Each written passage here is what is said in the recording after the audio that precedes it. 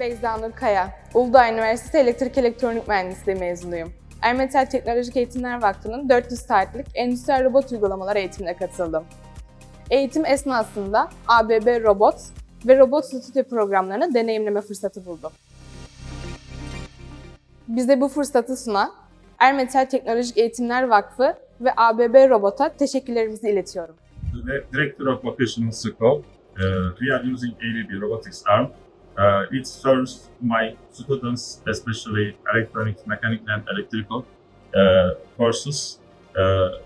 Thank you for collaboration, ABB Robotics for attribution.